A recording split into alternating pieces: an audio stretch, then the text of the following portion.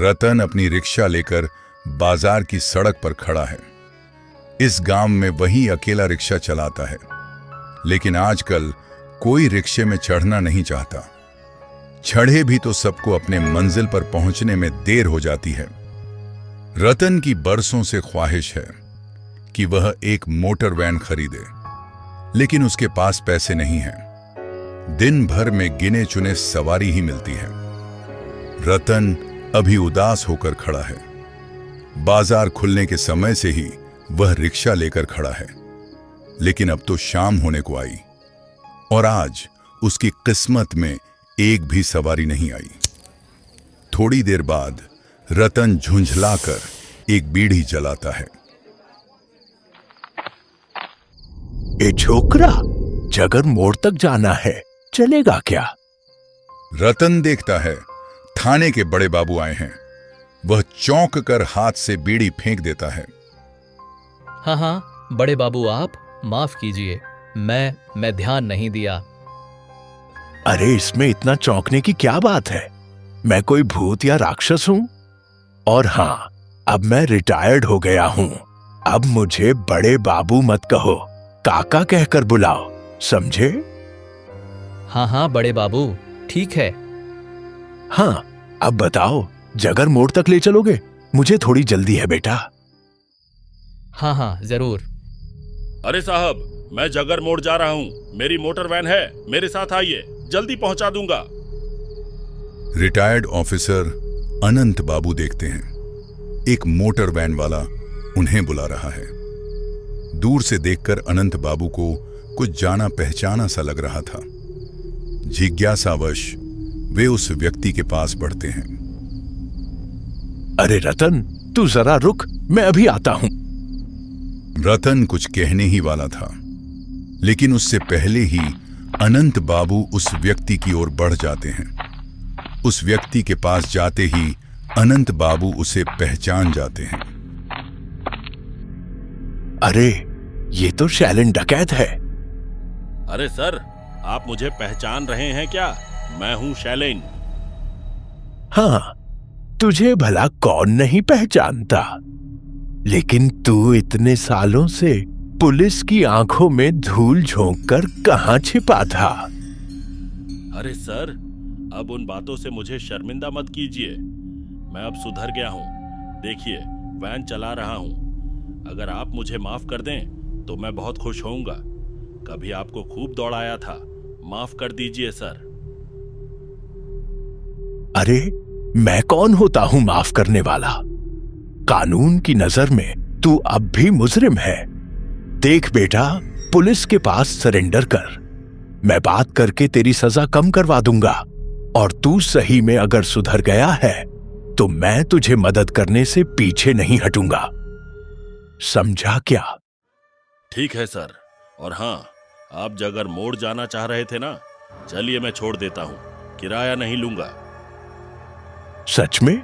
अच्छा चलो, तू जरा रुक, रतन को बता दूं एक बार। अरे बेटा रतन, मैं इस शैलेन की वैन से जा रहा हूं, ठीक है? शाम हो गई है, घर जल्दी पहुंचना है, बुरा मत मानना बेटा। रतन निराशा भरी सांस लेता है। हाँ ठीक है बड़े बाबू, कोई बात नहीं। शैलेन वैन चलाकर निकल जाता है। रतन बिना किसी और सवारी का इंतजार किए परेश की चाय की दुकान की तरफ चल पड़ता है। बसंत की इस झुलसा देने वाली गर्मी में कोई भी अपने घरों में टिक नहीं पा रहा। शाम को भी एक घुटन भरी उमस छाई हुई है। इस घुटन भरी गर्मी के बीच भी मझले पाड़े के कुछ लोग अपनी शाम की चाय की महफिल को बनाए रखे हुए हैं। गर्मी में भी चाय। दरअसल चाय पीना उनके लिए एक नशा बन गया है। थोड़ी देर बाद रतन चाय की दुकान पर पहुंचता है।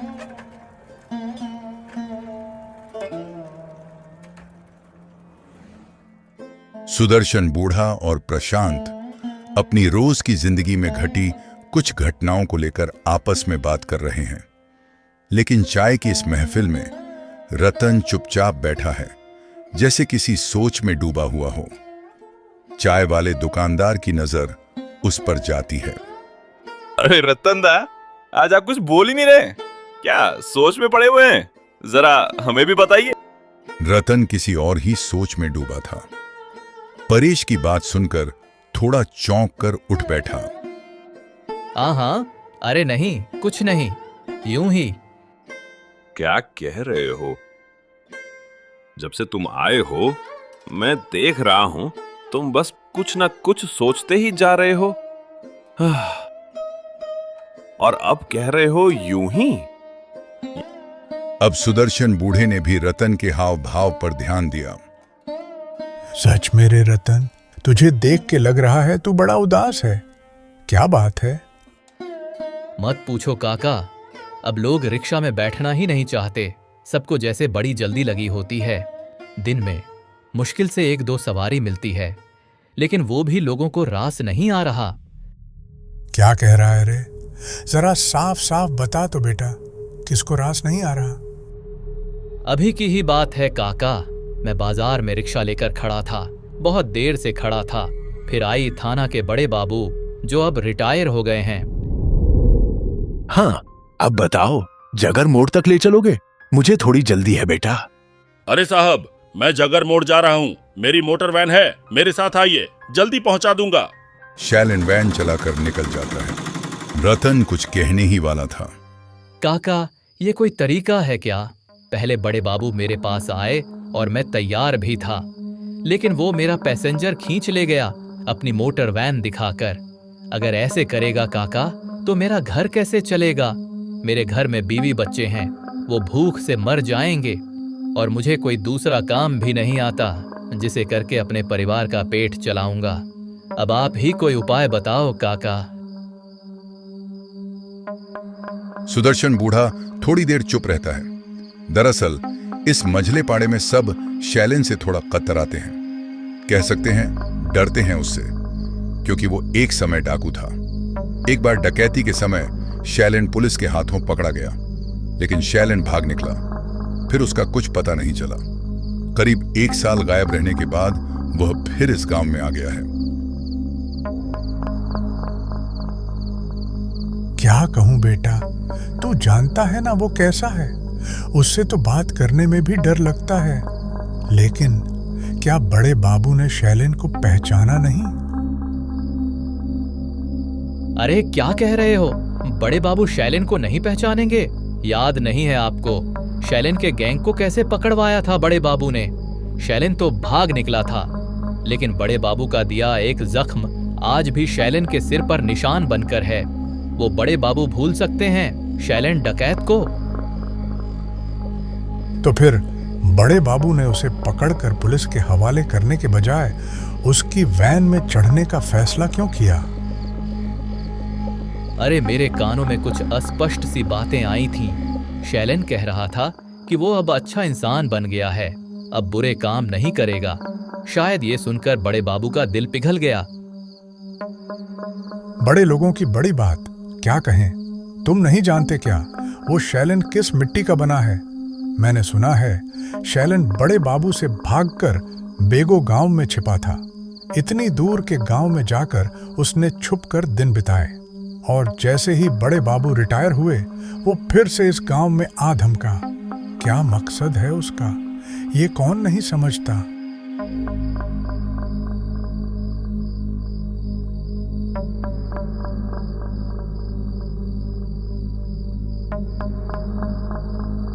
सुदर्शन बूढ़े की बात खत्म होते ही परेश की नजर सामने सड़क के पार थोड़ी दूर एक परछाई की तरफ गई।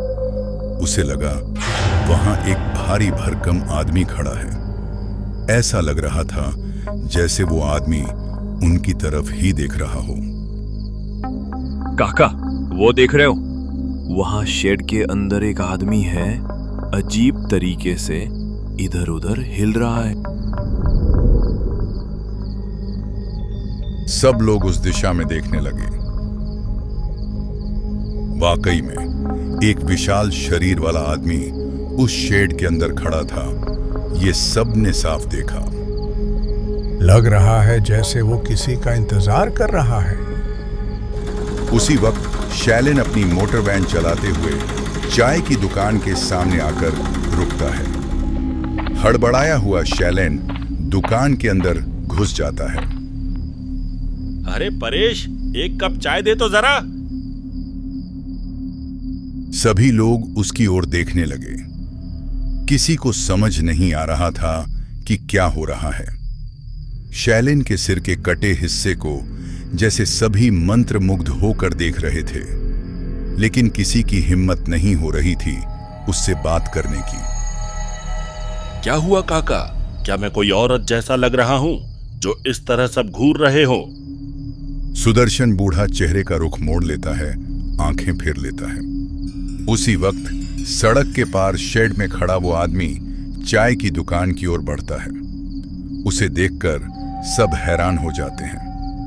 इस चिपचिपी गर्मी में भी वो आदमी सिर से पांव तक चादर में लिपटा हुआ है। उसका चेहरा भी ठीक से दिखाई नहीं दे रहा, आधा चेहरा चादर से ढका हुआ है। ए लड़के, जगर मोड़ जाना है, बहुत जल्दी है, चलेगा क्या? अरे ना ना, मैं तो अभी अभी उधर से ही आया हूं, अब और नहीं जाऊंगा। चिंता मत कर, अच्छा किराया मिलेगा अगर पहुंचा दिया तो। अरे बोला ना नहीं जाऊंगा, क्यों जबरदस्ती कर रहे हो आप? वो आदमी चुपचाप वहीं खड़ा रह गया। ये देखकर सुदर्शन बूढ़ा रतन की ओर इशारा करता है। ए रतन, लगता है उसे बहुत जल्दी है। शैलेन तो मना कर ही रहा है, तू ही उसे अपनी रिक्शा में जगर मोड़ तक छोड़ दे। डबल किराया देगा, ऐसा मौका बार बार नहीं मिलता।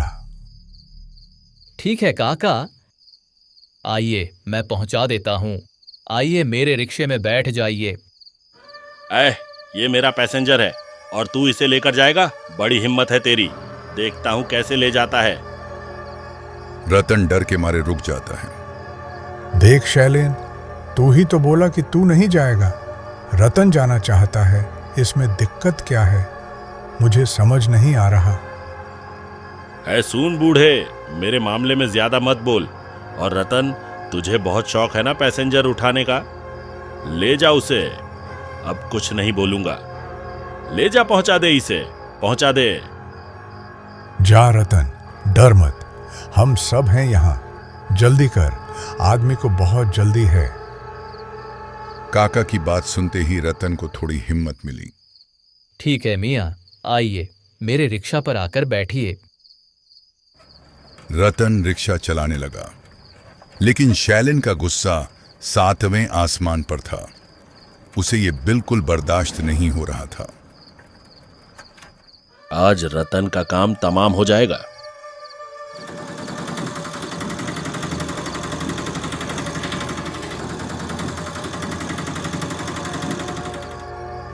समझा परेश, जैसे शैलेन बोल के गया, कहीं ये कुछ कर न दे रतन को।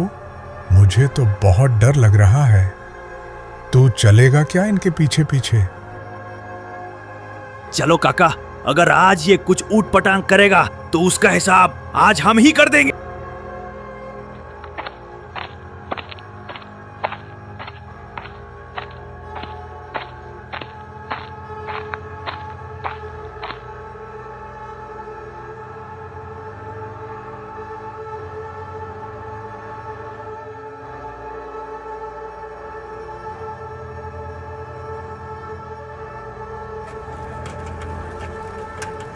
रतन तेजी से पैडल मारता हुआ काफी दूर निकल चुका था।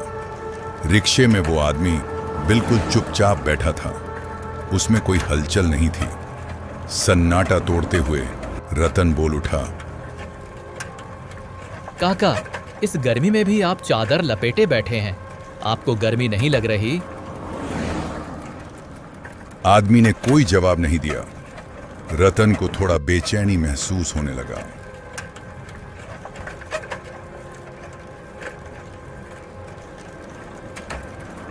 अचानक शैलेन की वैन आकर रतन के रिक्शे के पास रुक गई। डर के मारे रतन के रोंगटे खड़े हो गए।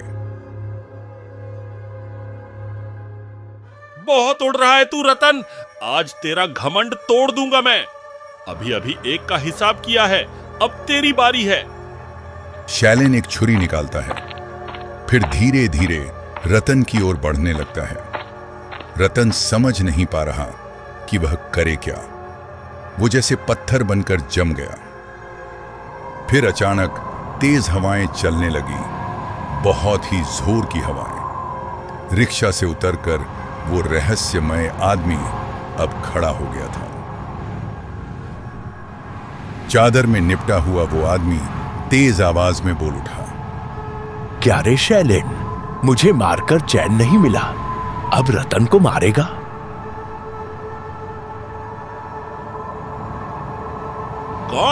कौन है तू? मजाक कर रहा है क्या मुझसे?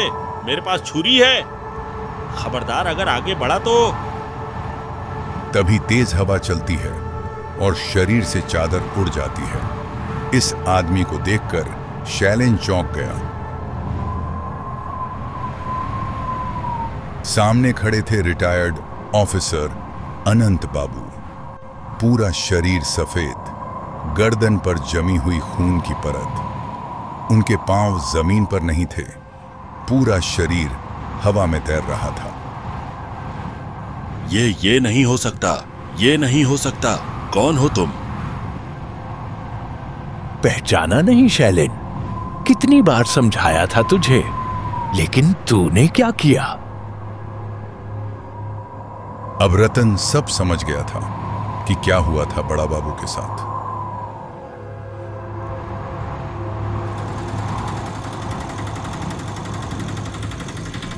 सर, याद है आपने मेरा कितना नुकसान किया था। आपकी वजह से मुझे पागलों की तरह भागना पड़ा था। अब वो सब बातें अभी क्यों कर रहा है? तू अब ठीक है, आत्मसमर्पण कर दे, बाकी मैं देख लूंगा। सरेंडर? अब कौन किससे करेगा ये तो बस देखना बाकी है।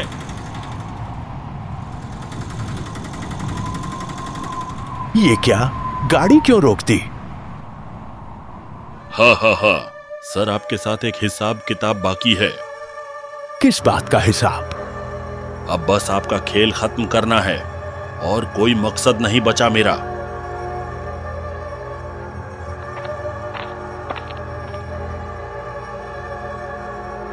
तू गलती कर रहा है रतन, इसका कोई माफी नहीं मिलेगा।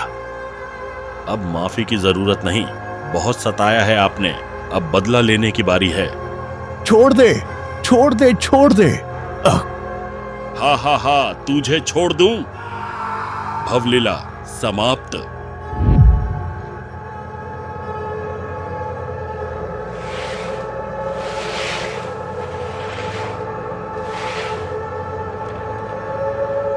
मुझसे भूल हो गई, मुझसे भूल हो गई।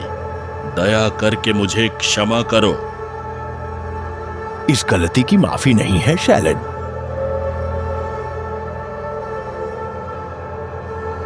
शैलेन के हाथ से एक छुरी हवा में निकलती है।